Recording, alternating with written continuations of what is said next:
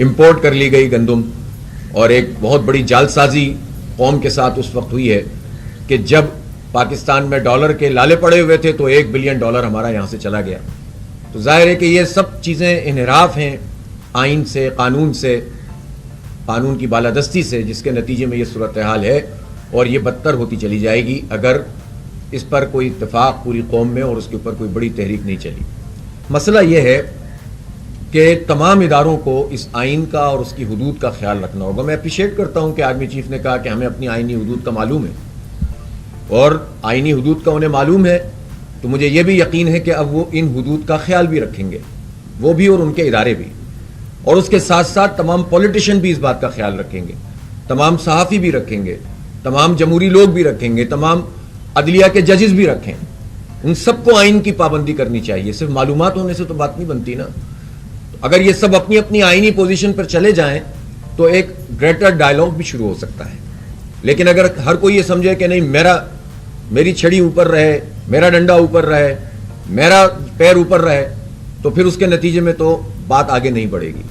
تو یہ greater dialogue بن سکتا ہے، لیکن یہ اس وقت ہوگا کہ جب لوگ تسلیم کر لیں کہ ہم نے جو حدود کی خلاف ورزی کی ہے ہم پیچھے آئیں گے. اس کا آغاز ہوگا فارم 45 سے. فارم 47 پر آنے والی حکومت تو قابل قبول نہیں ہو سکتی، اس لیے کہ وہ ایک جال سازی کے ذریعے سے آئی ہے. فارم 45 بنیادی ڈاکومنٹ ہے جو لوگوں کے پاس اویلیبل ہے.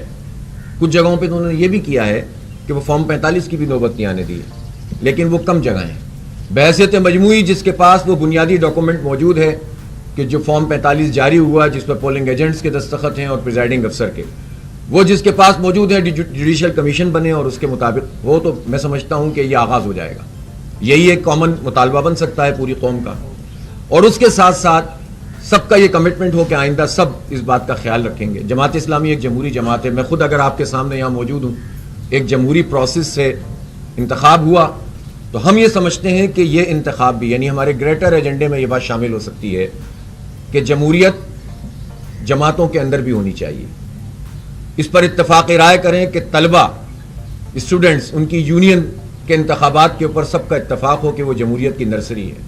لوکل باڈیز اور اس کی امپاورمنٹ، اس کو اختیار دینا، گراس روٹ لیول تک اختیارات منتقل کرنا، ہماری الحمدللہ اس پر ڈسکشن ہوئی، سب کا اتفاق ہے، لیکن اس کو ایجنڈا بننا چاہیے. اور یہ ایجنڈا ایک طاقتور ایجنڈے کے طور پر سامنے آیا، چونکہ حکومتوں میں جب آتے ہیں لوگ تو ترجیحات کو بھول جاتے ہیں، تو وہ ایجنڈا بنے. اسی طرح مزدوروں کے مسائل ہیں، کسانوں کے معاملات ہیں. کسان کی کم سے کم اجرت تو کوئی بات ہی نہیں کرتا. قرض سے کام شروع ہوتا ہے، قرض پہ ختم ہوتا ہے، لگان میں اس کو کچھ مل جائے. تو یہ تو کوئی نظام نہیں ہے اس ملک میں. لینڈ ریفارمز ہونی چاہیے.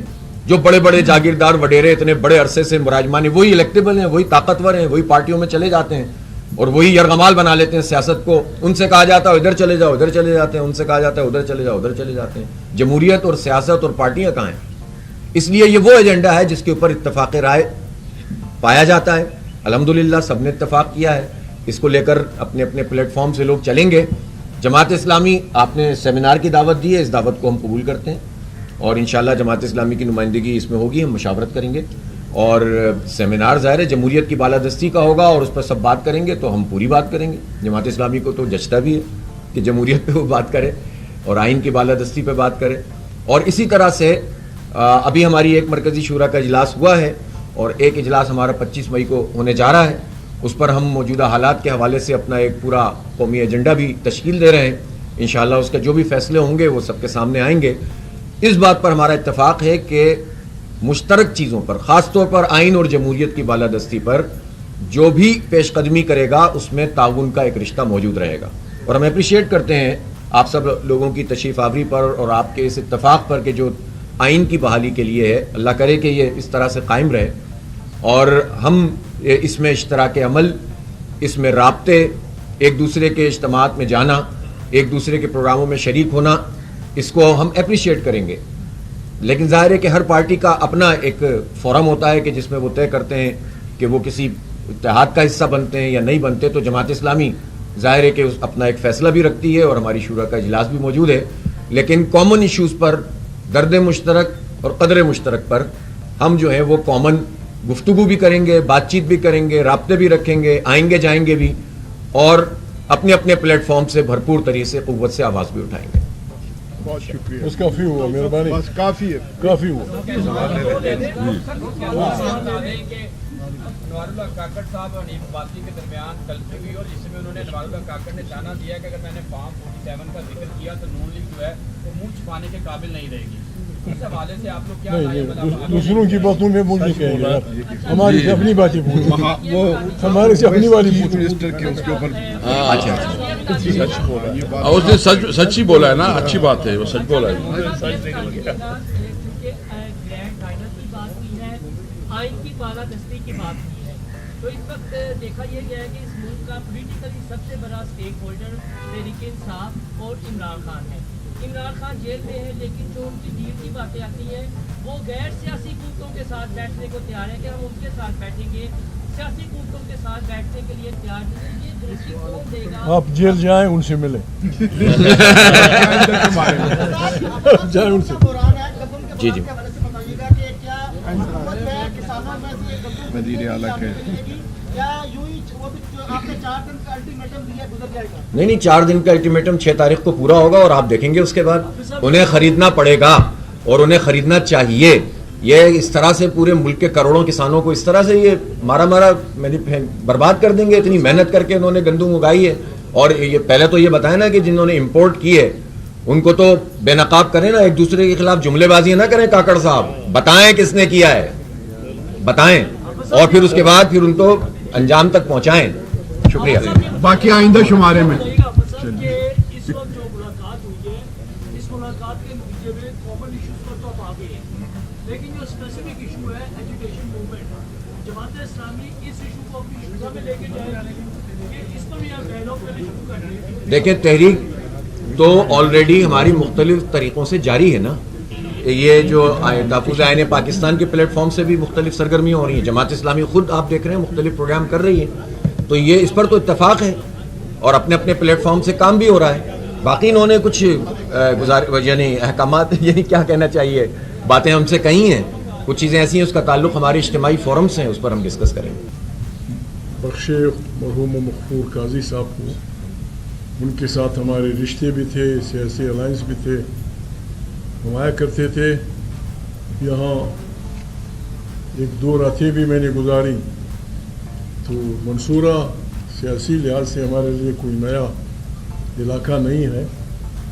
نئے امیر صاحب منتخب ہوئے تھے, ان کے ساتھ ان کے وہ تھے کہ چلتے ہیں, ان کو مبارکباد بھی دیتے ہیں.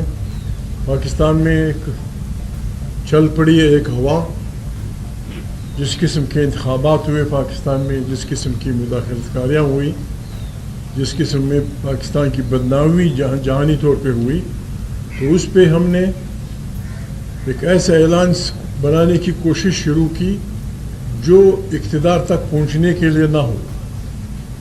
ایسے الائنس جس پہ سب لوگ متفق ہوں, سب اس پہ یقین رکھتے ہوں. تو دوستوں نے بیٹھ کے یہ وہ نکالا کہ آئین پاکستان کی ایک ایسی دستاویز ہے جس پہ ہر جمہوری پارٹی کے لوگ یقین رکھتے ہیں اور چاہتے بھی ہیں کہ اس ملک میں آئین کی پامالی نہ ہو, اس ملک پہ آئین کی بالادستی ہو. تو اس لحاظ سے حمایت ہے. تحفظ آئین پاکستان ہر وقت ہم سے تحفظ لیا جاتا ہے کہ اگر اس آئین کو خطرہ ہوا ہم اس کا تحفظ کریں گے. میں 93 میں جب دوسری دفعہ MNA بنا تو میں اسپیکر صاحب گور ایوب خان سیٹ پہ تھے. میں نے کہا بابا آپ نے ہم سے حلف لیا ہے, یہ فارمیلٹی ہے یا یہ الفاظ جو ہم نے ادا کیے یہ ہم اس پہ کمیٹڈ ہیں؟ کہتے ہیں آپ کیا کہنا چاہتے ہیں؟ میں نے کہا آپ نے ہم سے حلف لیا ہے کہ ہم آئین کا دفاع کریں گے. کیسے؟ یہاں تو روایت ہے, ریت ہے, ہر تیسرے چوتھے سال بعد ایک سرپیرا جرنیل اٹھ کے آ جاتا ہے, آئین کو ٹھوکر مارتا ہے, اس کو کاغذ کا ٹکڑا کہتا ہے. کس طرح ہم دفاع کریں گے؟ یا تو یہ کہیں کہ فارمیلٹی ہے, اگر وی مین اٹ. تو میں نے کہا تھا پھر ہم سے یہ حلف لے لیں کہ جس دن آئین کی خلاف ورزی ہوگی ہم پاکستان کے عوام کو یہ کہیں کہ سب سڑکوں پہ آ جائیں. یہ سب کی امانت ہے. پاکستان آئین ایک